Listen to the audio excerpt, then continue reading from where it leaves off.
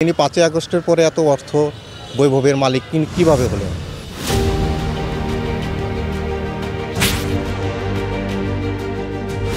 Bahauddin Milton এক কথায় হচ্ছে একজন দুর্নীতিগ্রস্ত মানুষ। যে কোনো কাজে তাকে চাঁদা দেওয়া লাগছে।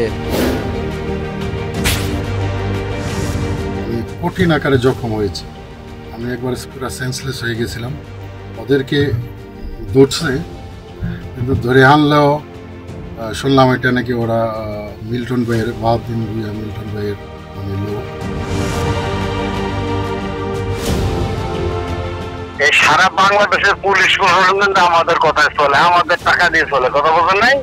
আমার সুসম্মানে ভাই হিসেবে হেল্প করবেন, সারা জীবনের জন্য মুক্ত থাকবেন। তাহলে কি আমি আপনার সন্তান একজন কিডন্যাপ করে নিয়ে আমি আপনার ফোন দেন ভাবি 35 লাখ টাকা দেবো? আমার তো সন্তান 100 টুকরো করে তোর উপর দেবো।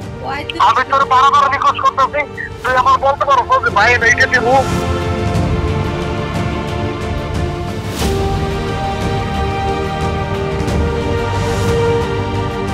কে শোনে কার কথা দেখতে চোখ রাখুন রবিবার সন্ধ্যা ৭টা ৩০ মিনিটে।